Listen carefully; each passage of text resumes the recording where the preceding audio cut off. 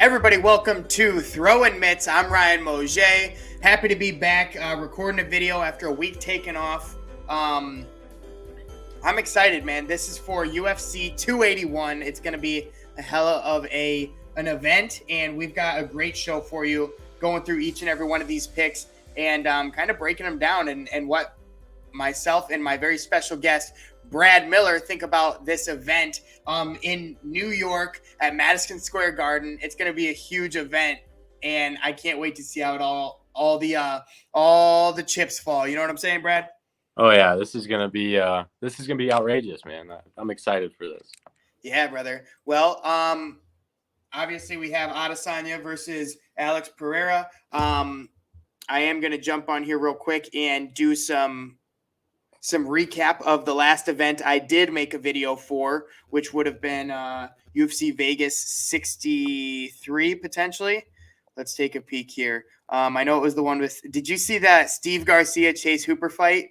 Oh my gosh, yeah. Dude, I called that shit. Steve Garcia, the plus 205 underdog, and he went out there and fucking made a mockery of Hooper. It wasn't even close. Not even, man. All right, let's see here. Okay, here we go. UFC Vegas 63 recap real quick. I know this video is for 281, but we're keeping track of all this stuff. I went 9-2 again. I think this is either my second or third week going I think it's my third week having 9 wins in the event that I pick. My overall now taken to 88 wins and 43 losses with a 67 win percentage. I'm super happy about that. We're back on the gravy train. We're fucking doing it right. I'm so excited.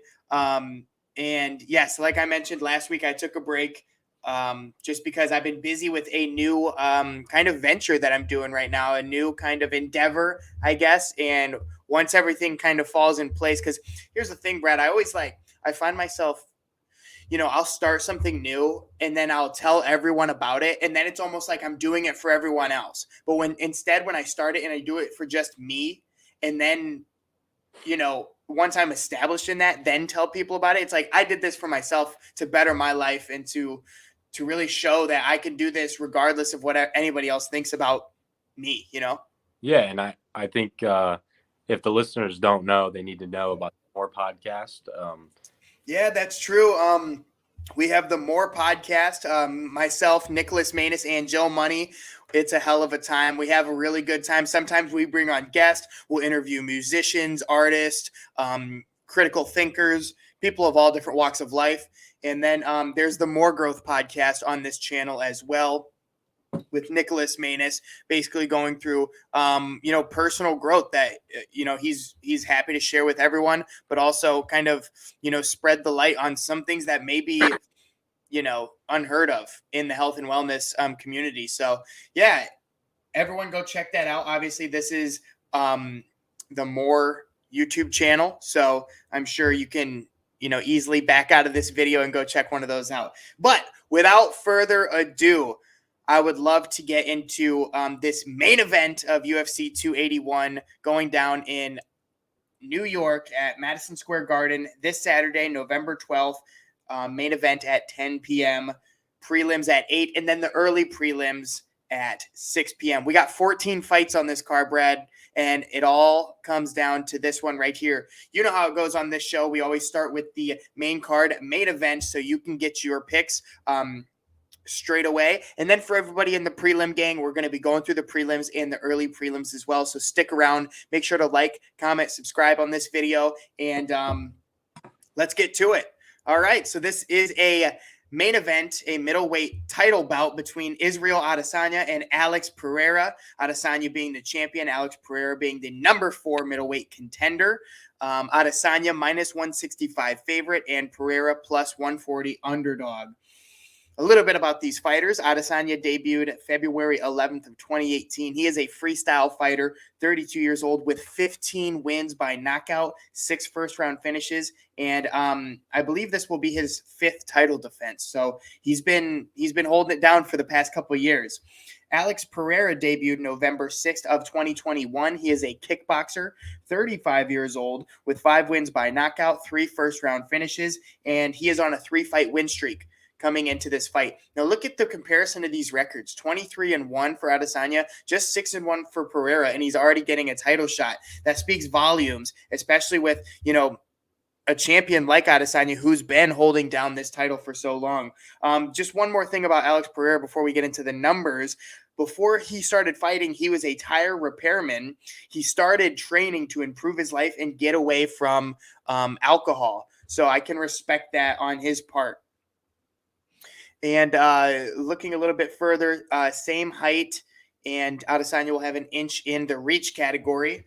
The significant strike numbers: 3.93 landed per minute at a 49% significant strike rate, with a very small 2.67 absorbed per minute and a 59% defense. Those are really great numbers.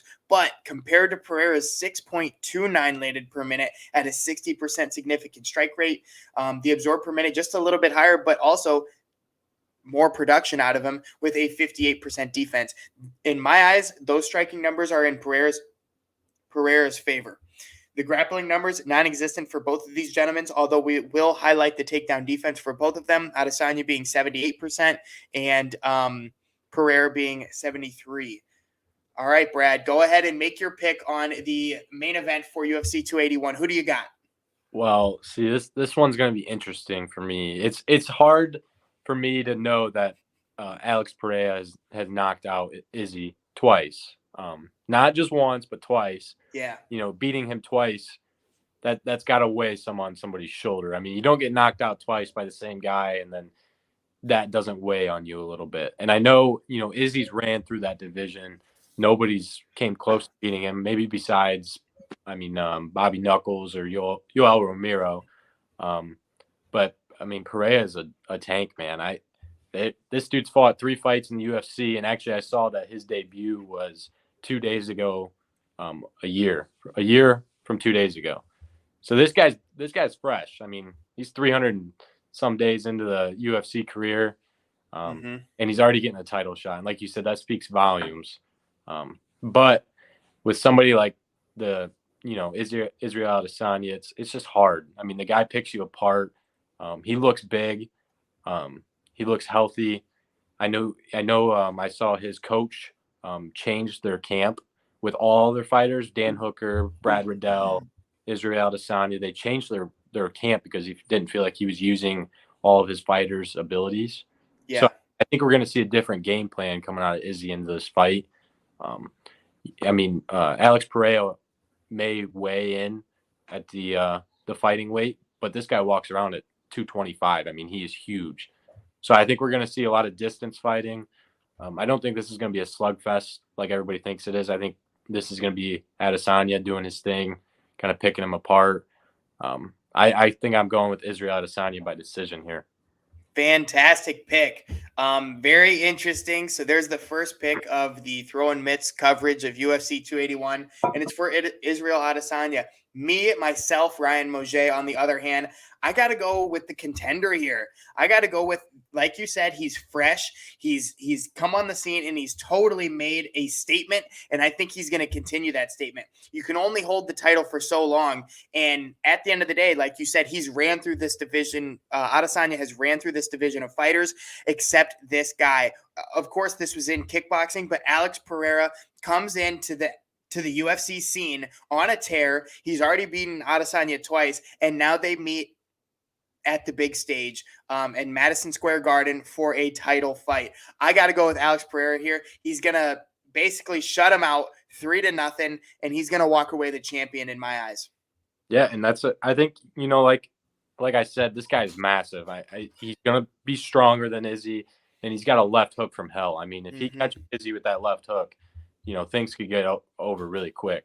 The kickboxing is going to come into play a lot too, but if you watch those 2 fights where he lost to Pereira, he was winning both those fights. He was picking him apart, fighting how Izzy fights, doing what Izzy does, and I think Izzy knows that, and he's going to come in with that mindset like I can beat this guy. I know I can. He's just gotten unlucky in my opinion, and I think Pereira's a beast. I'm so glad they did this fight, and I can't wait for it. It'll be interesting because you see both of these gentlemen's takedown average is 0. So obviously they met each other in the kickboxing ring. Now this is MMA where they can take each other down. Maybe one of these fighters uses that, to their advantage. These guys, all of their fights have been on the feet strictly. So maybe, one of their game plans could be taking this to the mat and dominating it from there. And if it's anybody, I see Alex Pereira doing that, as opposed to Adesanya, because we've seen, he likes to stay on the outside, pick his opponents apart, maybe ride it to a decision. If Pereira can take this to the mat and dominate him there, it could get very, very interesting.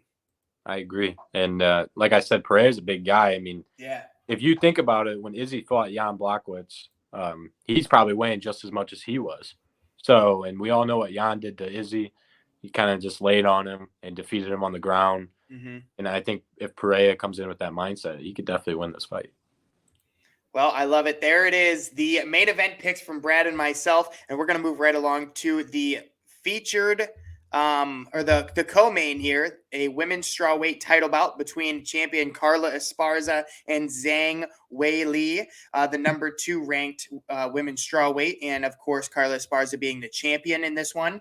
Esparza is the plus 265 underdog from the bookie I use, and Weili being the minus 355 favorite. What do you think about that? The champion being such a large underdog in this fight, Brad? And I'm not discrediting Carla Esparza, but her last fight with Rose was god awful, and I know, and it's just embarrassing in my opinion, because I thought Rose was such a great fighter, and she should have destroyed Carla Esparza in my opinion. And now you got Zhang Weili, who I watched pick up Francis Ngannou with one leg the other day. I about shit myself. It was who did Weili? Yeah, Weili. Wow. Her leg picked him up and held him like on her shoulder, and that right there speaks enough to tell me that she's got what it takes, man. She's strong. Yeah. And every fight I've watched of hers, she's all in, man. She's gonna come after you, and if you got nothing for her, if you're gonna stand there and not fight back, you're gonna get knocked out. Right. Let's get into the history of these fighters. Esparza debuted December 12th of 2014. She's an all-around mixed martial artist, 34 years old, on a 6-fight win streak. Weili debuted August 4th of 2018. She's a Muay Thai fighter, 32 years old, with 11 wins by knockout, 11 first-round finishes, and 7 wins by sub. I will say, although that last fight was very underwhelming with Esparza, where she, gained the title, she hasn't lost since 2018. She's been on an absolute tear, despite that last fight with Namajunas. She's still a good fighter. I think that really put a stain on, how she's been fighting leading up to taking that title. And she's beaten a lot of really good fighters. Rodriguez, Grasso, even Yandaroba. I mean, she's fought a lot of really good fighters, and it all leads to here. And Weili, obviously, like we mentioned, is an absolute beast.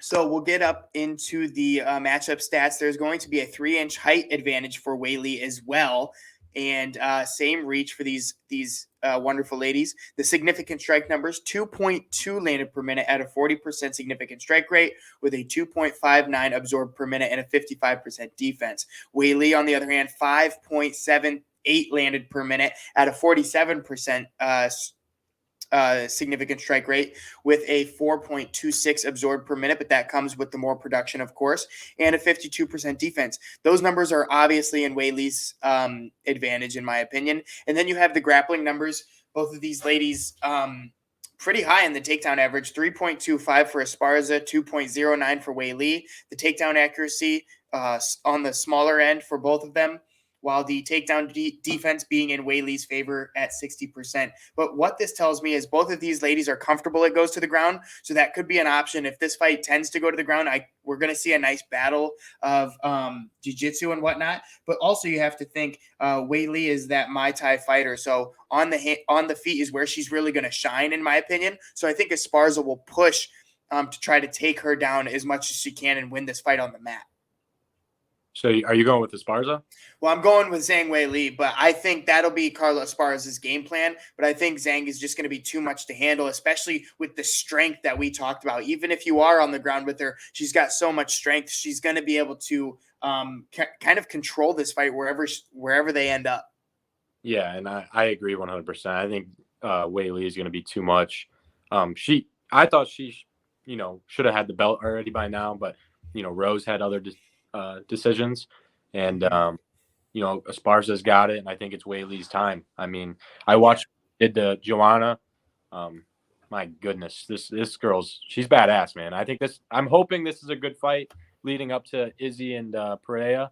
So I really, really hope they just go out there and bang it out, because last time I watched a women's fight was for the title like this was Esparza and Rose. Right. And it is very underwhelming. Yeah, it was just tough to watch. And most times these women fights are just amazing.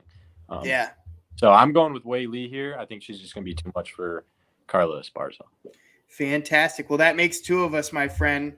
All right. And then that leads us to a lightweight bout. I can't believe this is number 3 on this main card. And that just proves you how absolutely amazing this card is. We have number 2 ranked Dustin Poirier versus number 5 ranked Michael Chandler.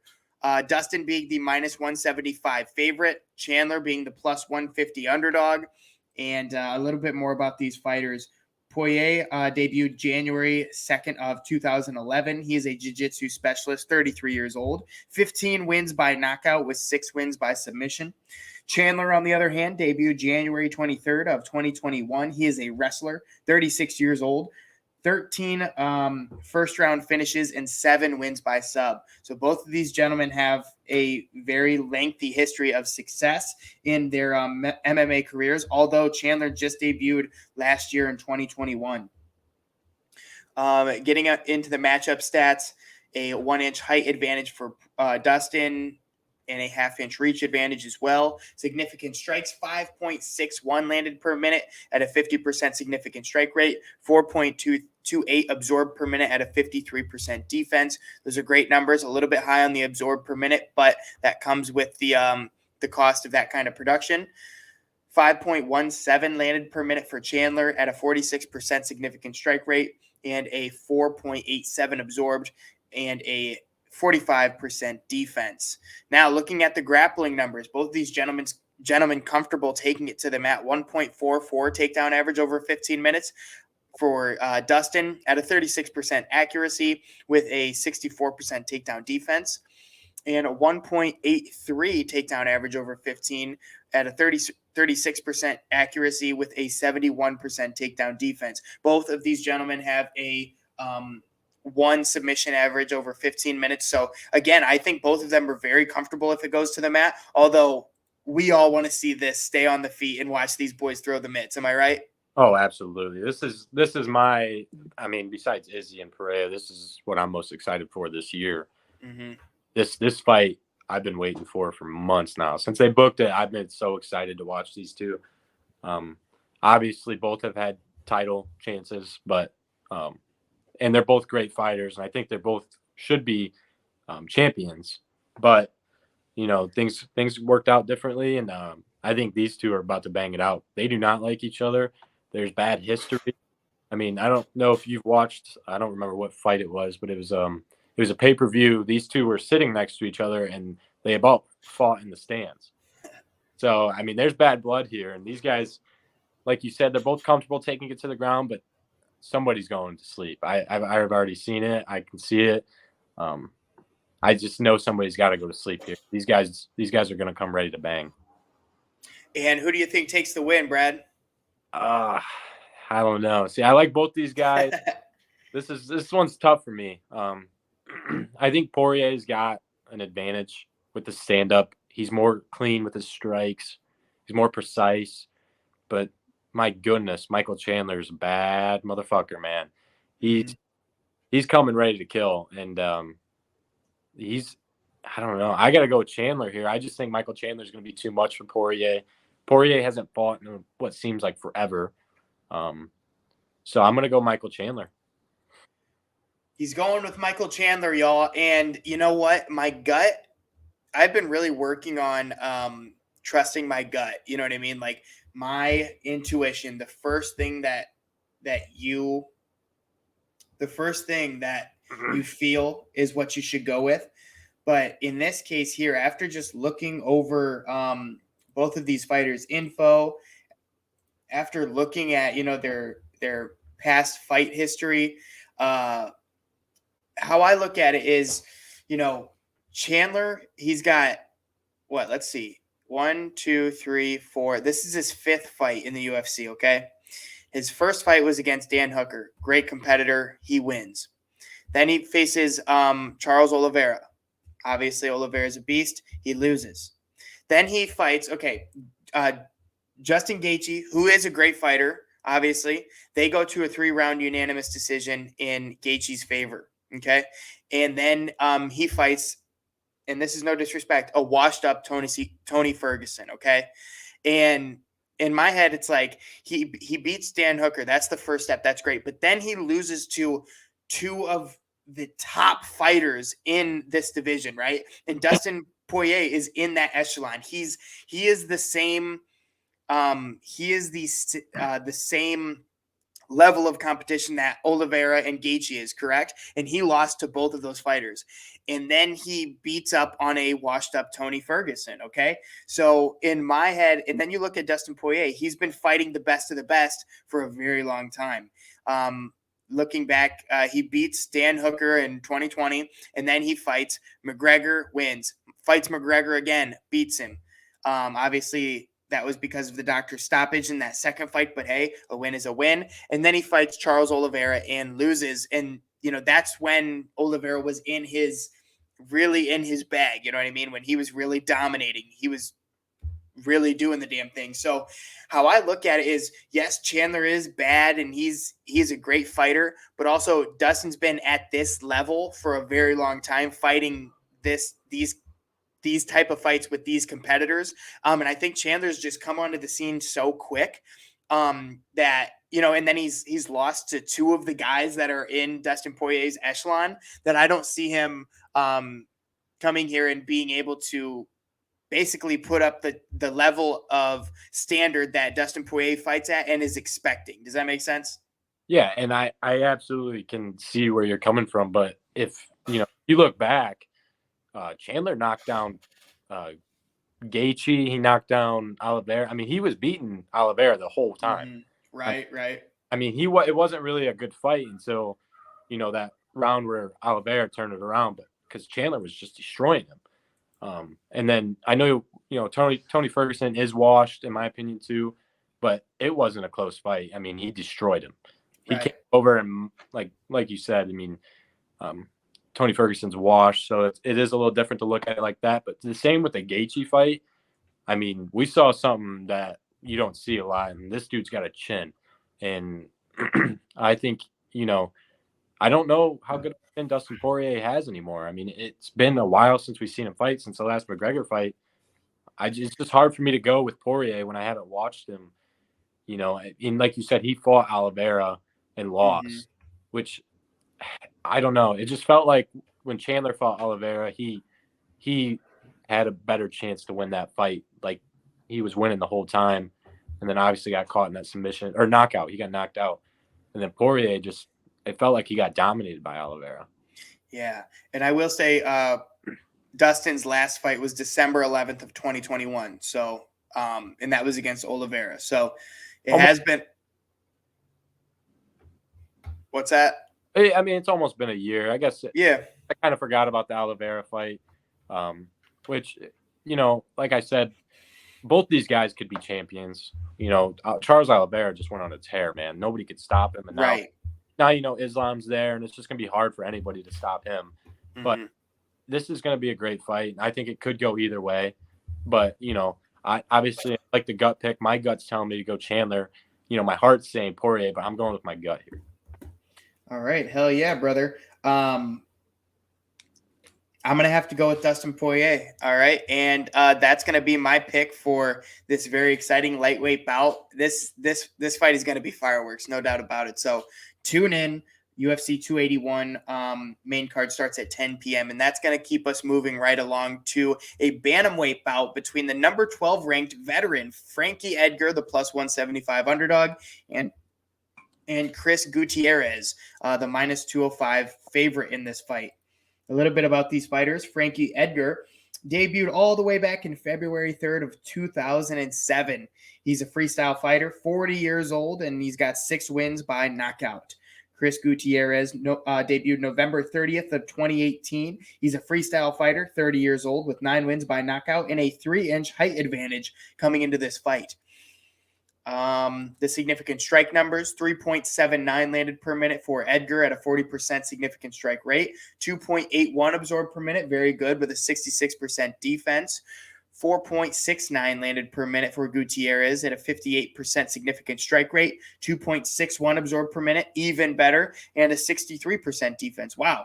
These numbers are very close for both of these gentlemen, but they do go in favor of Gutierrez in this fight. You look, he's got the higher output with 4.69, and then a higher significant strike rate percentage. So with a little bit less of a absorb per minute. So in my eyes, this is Chris Gutierrez fight on the feet. Obviously, Edgar is a legend, and it's going to be interesting because Edgar's got the 2.3 takedown average over 15 minutes, although just a 31% takedown accuracy with a 65% takedown defense. Gutierrez, though, the one thing we will highlight is his 73% takedown defense. So in my eyes, if this stays on the feet, Gutierrez takes the cake. And I think Edgar's going to try to take it down to the mat, but I think it will be very difficult for him to do so because, I mean, Gutierrez is the bigger guy here, 3-inch height advantage. And I think definitely this is going to be an interesting fight, but unfortunately this will be Edgar's retirement fight, and he's going to have to take a loss here. Yeah, and I was going to say this is Frankie's last fight. The guy's an absolute legend, and you can't take that away from him. But, I mean, Gutierrez is young. He's younger, up and coming. You know, he's only 30. Same style fighter. This guy's fresh. I think, you know, this is a good retirement fight for Frankie Edgar because, like I said, he has a chance. If he could take this to the ground, he can work his ground and pound. He can, you know, try and get the decision, but I just don't see it happening. The size difference. I think Gutierrez is going to kind of dominate the fight a little bit. And it's sad to see, but Frankie Edgar's last fight, you know, we hope for the best for him. But I think I'm going to have to agree with Gutierrez on this one. Yeah, it's a respectable final fight. Yeah, I think we can both agree on that. Yeah, Frankie's, you know, it's surprising to me that he's still ranked. But, you know, it's a good way to go fight. So I think this is going to be a good one for him. Fantastic. Well, we both agree on Chris Gutierrez to take that bantamweight bout, and that's going to lead us to another lightweight bout on the main card between the number 12 ranked Dan Hooker from New Zealand, the minus 155 favorite, and Claudio Puelles, the plus 135 underdog from Peru. Now, I will say, we'll get into it soon, but Dan Hooker debuted June 28th of 2014. He's an all-around mixed martial artist, 32 years old, with 10 wins by knockout and 12 first-round finishes. Claudio Puelles debuted November 6th of 2016. Is a Muay Thai fighter, 26 years old, on a 5-fight win streak and 7 wins by submission. Getting into the significant strike numbers here, 4.91 landed per minute for Hooker at a 47% significant strike rate, although the absorbed per minute a little bit high at 4.81 with a 51% defense. Puelles, 1.99, we'll call it 2 landed per minute with a 51% significant strike rate, 2.86 absorbed per minute, and a 46% defense. Those numbers there, although Hooker has the volume, the absorbed per minute is just so high for me that I know he is a fierce competitor. He is very vicious, Dan Hooker, but also I think at this point in time, he's becoming a little bit overrated. And I think this is a great fight for him to either bounce back or for that to be proven between Claudio Puelles. The grappling numbers here are really where it stands out. 0.89 takedown average at a 36% accuracy for Hooker with a 78% takedown defense. That's good. But Claudio Puelles, 2.79 2.74 takedown average over 15 minutes at a 38% takedown accuracy, and his takedown defense being 60% with a advantage of 1.37 submissions over 15 minutes. I will say the last fight I watched with Pules was where he got Clay Guida in that knee bar, and it was fucking awesome. This guy's been going on a tear. I think he did like back-to-back knee bar wins, like, which is like hasn't ever happened before. Have you seen this guy? Oh yeah, I watched that fight. Dude, he's an animal. He's a beast. I love it, and I think he's dangerous. He comes into this fight on a 5-fight win streak. He's 26 years old, entering into his prime. He's 13-2. I love this fight for Claudio Pules to potentially take, Hooker's number 12 rank here. Yeah, and like I said earlier with Izzy, Dan Hooker, and Brad Riddell, their coach changed their entire game plan and how they're training.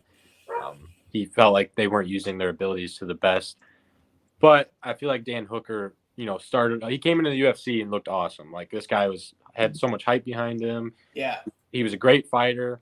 And then, he had some losses, like you said, to Chandler and some other guys like that. And I just feel like he's slowly regressing down rankings pretty much. And like you said with Claudio, this guy's a beast, man. 2 knee bars is insane. Yeah. I mean, that's like some unheard of shit. And I know his striking isn't, the best numbers, but this he's consistent. And if you watch his fights, he will stand up and fight. Like, that's the crazy thing about it. And I just don't think Dan Hooker has what it takes anymore. And I think this is going to be a great fight, but I think Claudio is going to do what he did, to the last couple opponents. He's going to take him down and find a way to submit him. And if we see a 3rd knee bar here, I'm going crazy. I'm doing a backflip. Same. Yeah. And then if I can, do a backflip, I'll learn how to do a backflip too. And Claudio Pules is a plus 135 underdog coming into this fight. I mean, fuck, dude. I think it's a great underdog pick, truly. Yeah. Oh, I'm booking this one. This one's going to be on my radar for sure to put in the parlay. No doubt. Yeah. And I'll share some of my parlay picks with you. I've already made all my picks. So, all right. Well, folks, that is it for the main event of UFC 281 going down in Madison Square Garden this weekend, Saturday, November 12th. That starts at 10 p.m. Of course, it's going to be so exciting. Look at all these amazing fights that the UFC has presented to us, which I'm so excited about. So this has been Throwin Mitts coverage of UFC 281. Again, like, comment, subscribe if you like what we got going on here. Shout out to Brad Miller. Thank you so much for being on the show and doing this with me. I appreciate you. And that moves us towards the prelims, a lightweight bout between Brad Riddell, as Brad, you mentioned earlier, with the Izzy camp, the Dan Hooker camp. They got everybody in the whole damn camp fighting. Yeah. Brad Riddell being the plus 105 underdog, and Rento Moicano, the minus 125 favorite. And I really like him, by the way. I will say I do know, and for all the people that stay with us and watch the show consistently, our awesome host Ryan does have a thing for Renato Moicano, Moiciano, whatever. This guy, he's picked him in every fight he's fought, I feel like. And I remember the last time he fought. I remember it because the name sounds so familiar, and I remember seeing him. I know you're a fan of this guy. So it's pretty cool that he's on here too. And I feel like this prelim card is very underrated. Oh, hell yeah. Oh, my God. I mean, this prelim card, Jesus. Yeah, there's some main fight cards on there.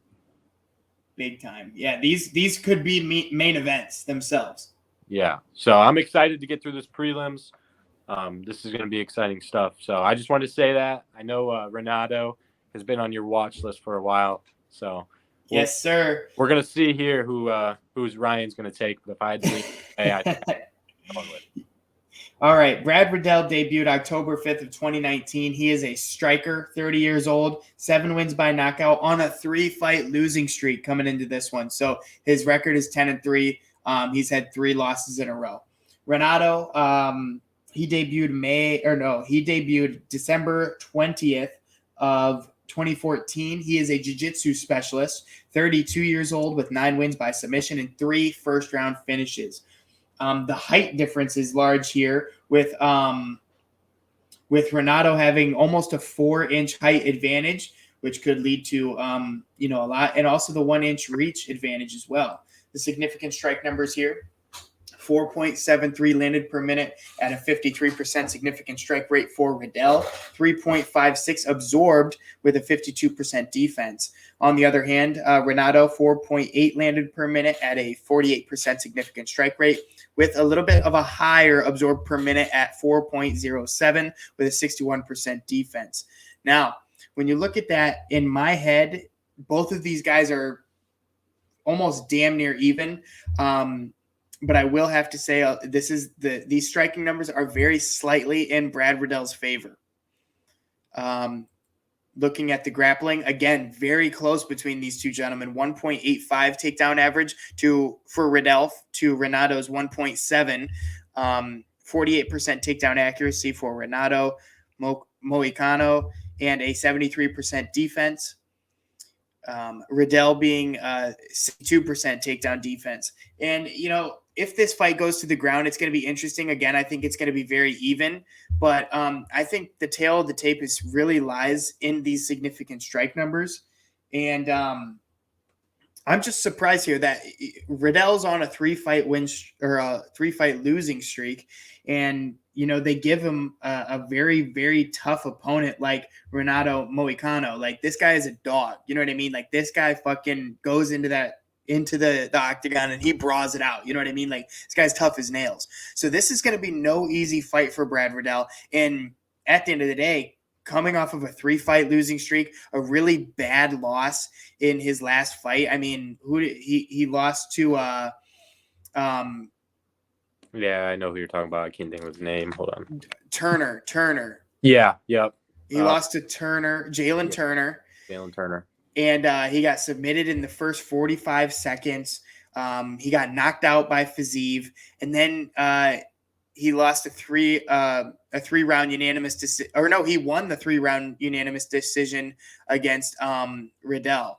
So, excuse me, he's on a 2-fight losing streak. At the end of the day, I just feel like Riddell, again, like kind of with the last guy, he came into the UFC, he beat Malarkey, and then he went on a 3-fight win streak or a 4-fight win streak, and now he's lost his last 2 fights. And I feel like they're putting him up against some really good competition, and he just can't hang, if you know what I'm saying. Yeah, and it sucks for me because I'm such an Izzy fan, and I'm such a fan of his coach, and I think his coach is a great guy, and I've watched a lot of podcasts with his coach on it. And this guy, he loves Dan Hooker and Brad Riddell, and I know they help Izzy a lot in his fights, his camps and all that stuff. And it would really suck if that entire camp went 0-3. But I can't pick Riddell in this one, and I couldn't pick Hooker in the last one. Like you said, these guys that they're facing are just coming up, and they're just awesome. They're dominating everybody. Yeah. They're just doing crazy shit. So I'm going with Renato, probably doubling down on what you're going to pick because I'm assuming you're going to pick him as well. You're damn right, Brad. I'm going with Renato as well. So book it. Brad and I both got Renato Moicano in this fight. And again, I don't think it's going to be easy for either of these guys, but I just know Renato is such a dog that it's going to be very difficult for Brad to put him down. It's going to be difficult for Brad no matter who he fights in this point in his career. Yeah. These guys that are up and coming in the UFC nowadays are freaks, man. And and I'm pretty sure, I haven't really, looked that much, but I'm pretty sure, okay, maybe that's a different fight. That 17-year-old kid fight's coming up soon. What's his name? The 17.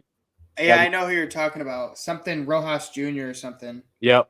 Like that shit. You got a 17-year-old about to fight a grown man. I mean, and there's people in the back end of their career like Brad Riddell, who I just feel like, their time is coming, and we're going to see a bunch of new faces in the UFC here soon.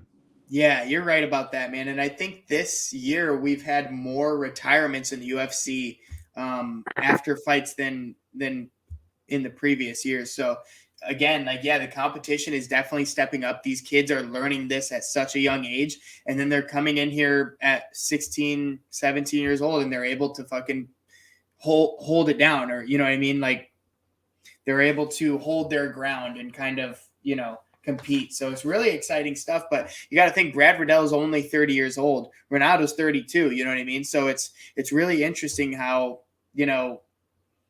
some guys, they just have a different expiration date, if you know what I'm saying. Yeah, and I think if you watch these guys fight, Renato looks like he's probably fighting at 20 or something. I mean, the guy's just and and it sucks that he's not ranked yet. But I think after this fight, we're going to see him bump up in that 10 to 15 ranking. I'd like to see him get a tougher fight after this one, assuming he can pull off the win. Yep, assuming he can pull off the win. Hopefully we get to see that this weekend, UFC 281. The featured prelim being Brad Riddell versus Renato Moicano. That one's going to be exciting. Y'all tune in. And that leads us to a light heavyweight bout between number 7 ranked Dominic Reyes, the minus 215 favorite, and number 12 ranked Ryan Spann, the plus 185 underdog. Reyes debuted June 26th of 2017. He is an all-around mixed martial artist, 32 years old with 7 wins by knockout. He is on a 3-fight losing streak. Okay, that's where I read the wrong one when I said Brad Riddell's on a 3-fight losing streak. This is Dominic Reyes is on a 3-fight losing streak, the number 7 ranked light heavyweight fighter here. And he is fighting Ryan Spann, who debuted July 25th of 2017. He's an all-around mixed martial artist, 30 years old with 12 wins by submission and 14 first-round finishes. Holy shit. Yeah, holy shit is right. Yeah.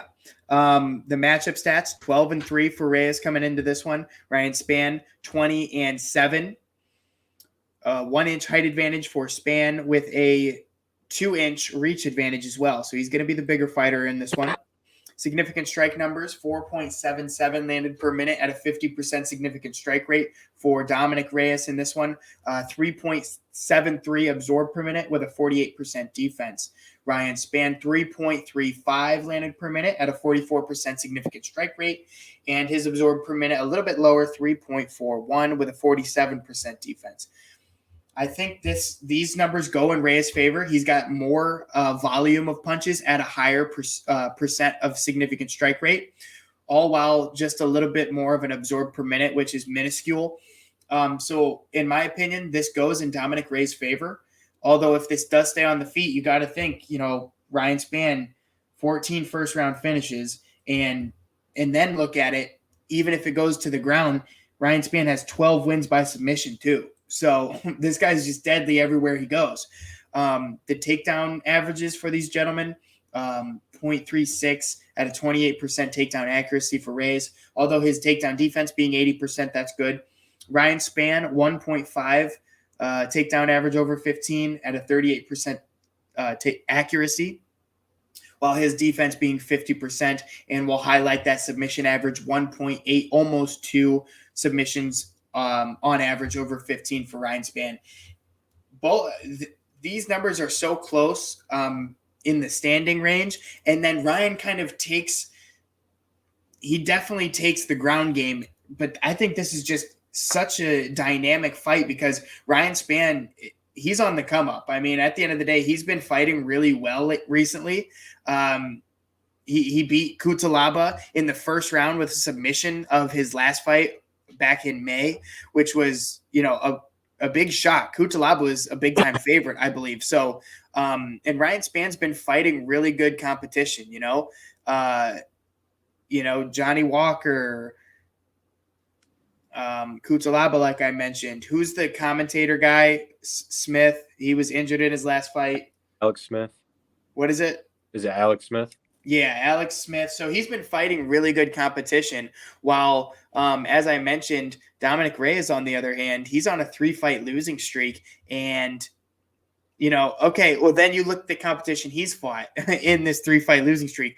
Yuri Prochazka, Jan Blachowicz, and John Jones. So he's fought some of the best fighters in this division. He lost to him. But then if you keep looking down his fight history, Brad, 1, 2, 3, 4, 5, 6 fight win streak before they put him up against John Jones, Jan Blachowicz, and Yuri Prochazka. So it's like he was on a 6-fight win streak. He beat some of the greats like Jared Cannonier, Volkan Ozdemir, Chris Weidman even. I mean, who was on the back end of his career. But at the end of the day, he was tearing through this division, and he fought some of the best fighters. So it's really interesting because I don't think Dominic Reyes is a bad fighter, and he's number 7 ranked for a reason. And here comes Ryan Spann, who's winning in basically all of the number categories. Where do you think this fight goes, Brad? Well, first off, I would like to just remind people that Dominic Reyes, the fight with John Jones was awesome. I'm pretty sure that fight went to decision and it ended up going into John Jones's favor. But yes, if you look back, that fight was amazing. I mean, Dominic Reyes came in, like you said, on a 6-fight win streak, just came out and gave John Jones a run for his money, which a lot of people thought John Jones lost that fight. Although Dominic Reyes was supposed to be, the champ, lost to John Jones, then fought Jan Blachowicz for the belt after John Jones vacated it, lost that fight, and then obviously when Yuri Prochazka was coming up through the rankings, Dominic Reyes was probably still a top 3 fighter. Yuri beat him, and now he's fallen down to 7. Yeah. So, I mean, it's like a regression here. And then we got Ryan Spann, who hasn't fought the most notable guys, but like you said, Cutelaba is awesome. I remember when we went over that fight card, actually, both picked Cutelaba in that fight because he was such a big favorite. Yeah. He's beat him and some other guys like that, and Alex Smith, who also has fought for a belt. So, I mean, there's some noticeable wins for Ryan Spann here. And, I will say he lost to Alex Smith, but go ahead. Did? Okay. Did he lose? But still, it was a first-round submission, but still it's the competition that he's being put up against, Yeah, and like I said, Alex Smith also fought against John Jones for the belt. I'm almost positive that was a really good fight, too. But the thing that gets me here, and I was going to ask you about it, is how do you feel about these fight odds? Let's see the fight odds. Minus 215 for Dominic Reyes and plus 185 for Spann. I mean, I think it's fine because, Dominic Reyes is the number 7 ranked fighter and Ryan Spann is up and coming, although he's ranked number 12. I understand that. Maybe they should be a little bit closer. I think they should, if anything, they should definitely be closer. Right. And and I'm not one to just go off odds or anything like that, but, you listening to you talk about Ryan Spann, and I'm sure you've watched this guy more than I have and then looked into the details of this fight a little more than I have. I'm pretty confident in Ryan Spann. I mean, you were astonished by the first round finishes, and when you told me when you announced those numbers, I was kind of shocked. I mean, he's a bad dude, man. I mean, he's coming here finishing people like fast, and I think Ryan Spann's got everything it takes to be, an up and coming challenger for guys like Yuri Prochazka and Jan Blachowicz and all these top-rated fighters, and I think Dominic Reyes is the last thing standing in his way. Wow, that's a great opinion. That's a great assessment. But my thing is look at Dominic Reyes' record here. Just 15 fights to Ryan Spann's 27. Okay, and in just 15 fights, he went on a 6-fight win streak and fought 3 of the best fighters in the light heavyweight rank or in that weight class. So, in my opinion, I don't think he's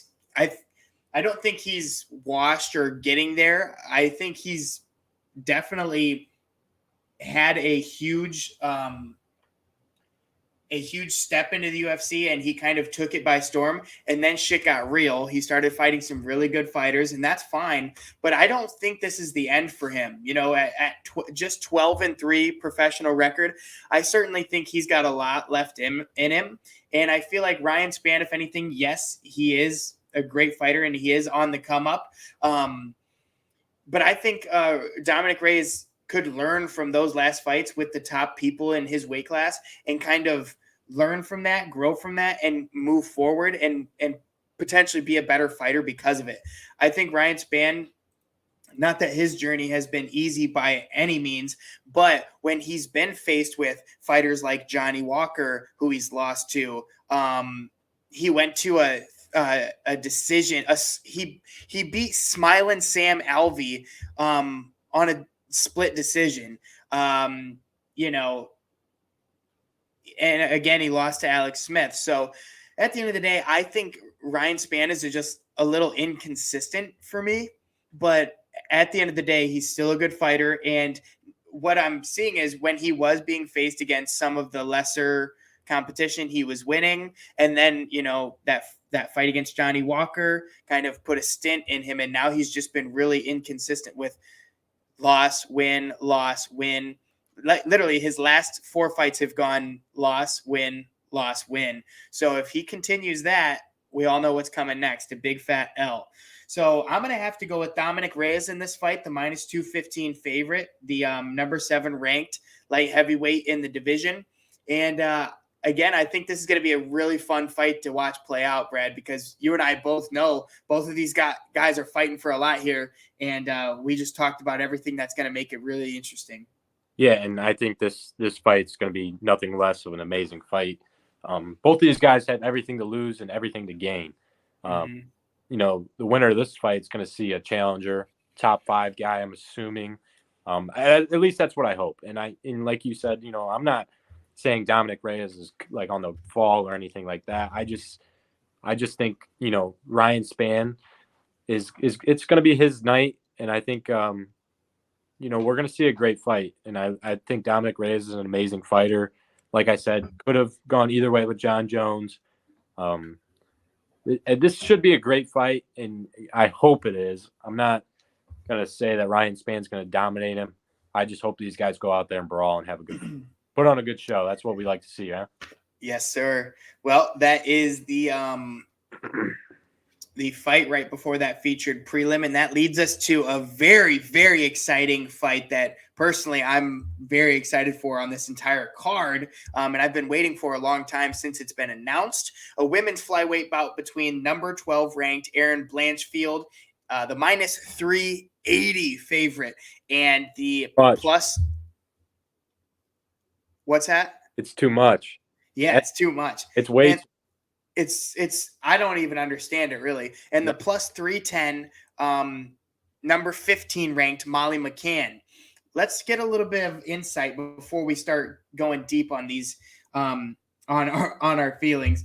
Erin Blanchfield debuted September 18th of 2021. She is a jiu-jitsu specialist, 23 years old, a very young fighter with 6 first round she's on a 6-fight win streak with a 4-inch reach advantage coming into this one. That's something to take note of. Molly McCann, of course, Meatball Molly, our favorite. She debuted May 27th of 2018. She's a boxer, 32 years old. She's a seasoned fighter with 6 wins by knockout and 4 first-round finishes. Now, looking at the matchup stats, 9-1 for Erin Blanchfield, still incredibly young in her MMA career, and again, such a huge favorite. Same height for these ladies, and like I mentioned, she's going to have the 4-inch reach advantage. Molly McCann, 13-4, so 17 fights to 10. I mean, at the end of the day, she's got 7 more fights. She's 9 years older. She's a little bit more vetted, in my opinion. The significant strike numbers, 5.69 landed per minute for Blanchfield, with a 65% significant strike rate, and a very good 2.5 absorbed per minute, I will say, with a 62% defense. Now, Meatball Molly, 5.84 landed per minute at a 50% significant strike rate, with a 4.84 absorbed and a 64% defense. The numbers do go in Erin Blanchfield's favor here. She's got a higher output at a higher significant strike rate percentage and a lower absorbed. So I do think those go in Erin Blanchfield's favor, but also Molly McCann's had more fights than her. And then looking at the grappling numbers, 3.99, let's call it 4 takedown average over 15 minutes at a 66% takedown accuracy with a 75% takedown defense. So Meatball Molly's 1.73 takedown average at a 35% accuracy and a 46% defense. Blanchfield takes the cake in these grappling numbers as well. What do you think, Brad? I think we're going to see a hellbow. Yeah. No, this fight's going to be awesome.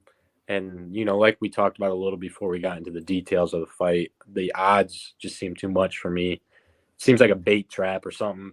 I don't really know. I don't know what Erin Blanchfield's done that's making her such a favorite in this fight. Can you tell me? Yeah, she beat Miranda Maverick, who we know is a great fighter. It went to a 3-round unanimous decision win. So she hung around with Miranda Maverick, and then she beat Aldrich, who didn't Aldrich just get cut? Yeah, I'm pretty sure she just re-signed from the UFC. Resigned? Yeah. Okay, yeah. So then she submitted Aldridge in the second round, and then she beat back in September 18th of 2021, her very first fight in the UFC. She won a 3-round unanimous decision against a fighter with the last name of Alpar. I don't know her, but so this will be her 4th fight in the UFC, Brad. Number 4 with a 9-1 record. So she's only had. So she had 6 fights outside of the UFC, and then she comes into the UFC, wins 3 fights, and now she's facing an absolute menace who's been in the game for a long time. Molly McCann debuted in the UFC of 2018, and in that time, she's had a lengthy list of fights: 1, 2, 3, 4, 5, 6, 7, 8, 9. So she's had 9 fights in the UFC, and that leads her to this moment here. Molly McCann's on a 3-fight win streak in amazing fashion, too. I mean, spinning elbows, flying elbows, fucking rolling elbows. She's doing it all. You know what I mean? So I think Molly McCann's fought some of the greats of this division. You have Jillian Robertson, who's been beating up on competitors in this division. Cashweda, the zombie girl, who's a great fighter. They went to a 3-round decision that Molly McCann won. She fought Ariane Lipsky, and lots of great fighters. And it's just really, really odd. I don't understand. Everyone's saying Blanchfield is going to destroy Molly McCann. And obviously you and I both love Molly McCann, so maybe we're a little bit biased here, but there's nothing here that says as to why this is such a big line. Yeah, and like I said, there's nothing that's standing out to me that is telling me that Erin Blanchfield is gonna just destroy Molly McCann. I don't see that happening in any which way, unless she tries and takes her down. But even then, the submission average is in Molly McCann's favor, isn't it? Or is that, I can't see that. Is it 0.8 or? Let me see here. It's for Blanchfield, it's 0.8. For Molly McCann, it's 0.53. So, I mean, it's the same with the striking. I just feel like there's nothing that's significantly standing out, maybe besides her absorbed. But, even then, I don't see anything that's standing out to me that's making Erin Blanchfield seem like a legit 380 favorite in this fight. It's hard for me to go against Molly McCann. Like you said, you and I are big fans of Molly McCann. And with a little bias, I got to take the 310 underdog here. Fuck yeah. I can't see Erin Blanchfield. I don't want Erin Blanchfield to win this fight. I'm all in for Molly McCann. Give me the meatball, Molly. I'm eating meatballs Saturday. We're booking it, baby. Fuck yeah. Hey, I'm right there with you, Brad. I love how you said, I don't think Erin Blanchfield. I don't want Erin Blanchfield to win. I'm in the same boat, dude. I think I don't know. I think it's a great play to put some money on the -310 underdog Molly McCann. Just put some money on it. Even she's gonna win, but seriously, I'm very excited to see how this plays out because I want to know. I just want to understand why a 23-year-old 9-1 prospect is a huge favorite over a veteran 13-4. Who's riding a fucking steamboat of hype coming into this fight, Molly McCann. So it's gonna be really interesting. And dude, I'm about it. I'm gonna search for some Molly McCann merch, dude. And I'm gonna buy us shirts. Okay. Yeah. Hey, put some damn respect on her goddamn. I'm gonna call the UFC and figure out who's putting these damn odds on here because they're gonna fucking change it. Well, what the thing is, Brad, is the odds aren't based on how good the fighter is. It's who people are going to bet on. And what's really wild to me is that Molly McCann's a fan favorite. If anything, people are just going to bet on her for their love of her. So this line, there's something really suspicious about this line, in my opinion. Yeah, fuck it. Just make it plus 500 because I'll put the house on the. I love it. All right. Well, you heard it here first. Both Brad and I are in for Molly McCann, and I'm saying fuck it. I'm buying T-shirts from Molly McCann's merch wherever I can get it because I love her. I love you, Molly McCann, and I hope you beat Aaron Blanchfield's ass this Saturday on the prelims here. So moving right along. Moving right along, we have a middleweight bout between Andre Petroski, the minus 205 favorite, and Wellington Turman, the plus 175 underdog. This one's a little bit clear-cut in my opinion, but let's get down to it. Petroski debuted August 28th of 2021. He's a freestyle fighter, 30 years old, with 4 first-round finishes. Wellington Turman debuted July 13th of 2019. He is a jiu-jitsu specialist, 25 years old, with 7 wins by submission. Looking at the matchup stats, Petroski 8-2. Again, he's got again, this is a little bit interesting, but a newcomer into professional MMA with Turman 18-5, a win in his last fight. Both of these gentlemen 6 foot with a 1-inch reach advantage for Petroski.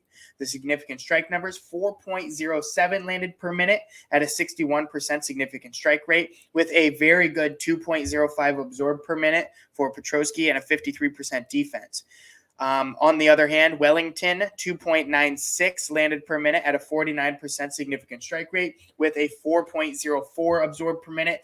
That's too high, especially with that type of volume, and a 42% defense. These numbers, in my opinion, go heavily in Petroski's favor, especially that low absorbed per minute with such a good landed per minute and a high significant strike rate percentage. So I think we're going to see some success on the feet for Andre Petroski here. The grappling numbers, 4.1 takedown average over 15 minutes at a 47% takedown defense or accuracy with 100% takedown defense for Petroski. And then let's highlight this 4.1 submission average over 15 minutes too. So I don't think Wellington Turman is safe anywhere in this fight. Wellington Turman 1.98 takedown average at a 20% takedown accuracy with an 85% defense and 0.99, let's call it 1 submission over 15 minutes. Regardless, the numbers are heavily in Andre Petroski's favor. I would almost put money on either Andre Petroski's submission, because look at that 4.1 submission average over 15 minutes. If this goes to the ground, he's going to be looking for any way to submit this young 25-year-old. Although Wellington Turman is a jiu-jitsu specialist, so he might be able to deter some of those submissions. But even then, if it stays on the feet, the volume, the significant strike percentage with that small absorb per minute, this fight is clear-cut. Andre Petroski is going to take the win. Yeah, and I would just like to say before I make my pick, this will be my last pick, and then I'm going to hop off the show and let my great host, Ryan Mougey, shout out to him. He's awesome. Yes, sir. He's going to get to the early prelims with you guys and finish this off. But, doubling down on Petroski, I don't see how you can't pick this guy in this fight. The numbers are swayed heavily in every statistical category. The 100% takedown defense is amazing. The takedown attempts are great. The submission attempts are great. The striking's great. The percentages for him are great. I haven't watched either of these guys fight in the UFC yet, so this should be an interesting fight, and I'm looking forward to watching it. I am going to double down on Petroski, so that'll be my final pick for the day. I just want to say shout out to everybody. I hope you guys enjoy this fight card. I know Ryan and I will be texting each other and throwing in some parlays for this weekend. Oh, yeah. I hope you guys do too. I'm very excited. It's been an honor, and I hope you guys have an amazing day. Shout out to the More Podcast. Shout out to your great host, Ryan Mougey. Hey, you know it. Give them all some love. They really appreciate it, and we appreciate you guys for tuning in. It's been a great time, and Hey, let's fucking get it this weekend, man. Let's fucking get it, man. I'm so excited. Meatball Molly's gonna fucking start this card off with a bang. I'm fucking stoked.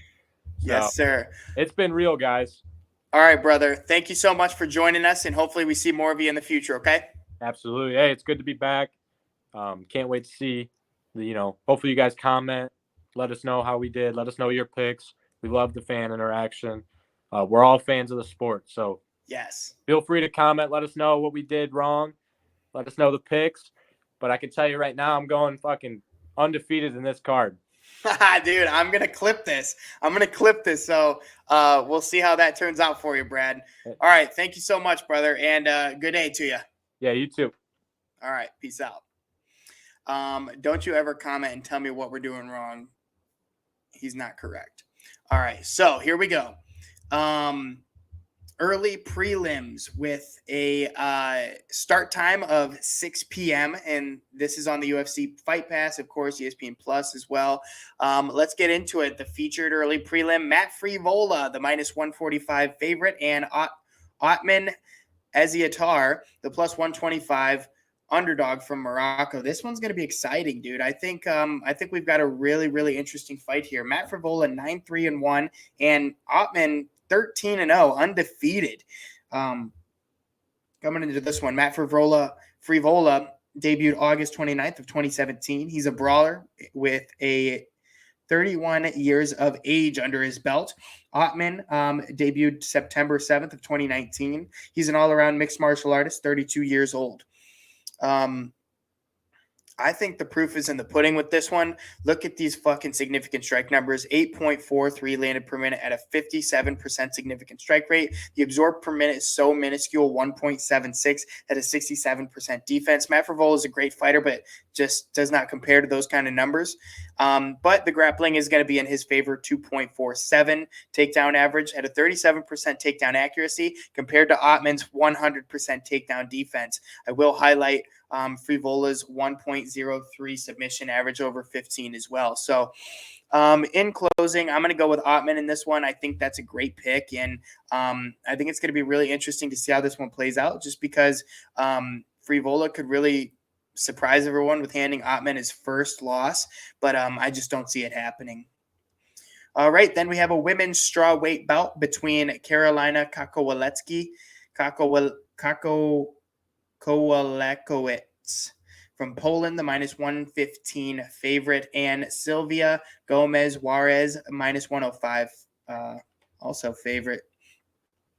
This one, Carolina debuted December 19th of 2015. She's an all-around mixed martial artist, 36 years old, 3 first-round finishes. Sylvia Gomez Juarez debuted October 9th of 2021. She's a striker with 37. She is 37 years old, 7 wins by knockout, and 6 first-round finishes.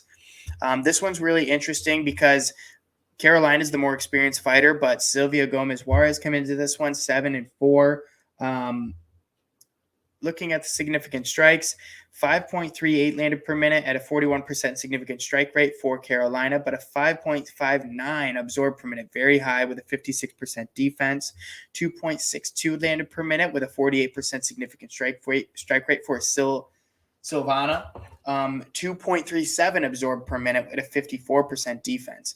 The grappling number is minuscule for both of these ladies. My pick is Silvana Gomez Juarez. Hope she gets the win. And we're going to keep moving forward. Michael Trizano versus Sang-Woo Choi.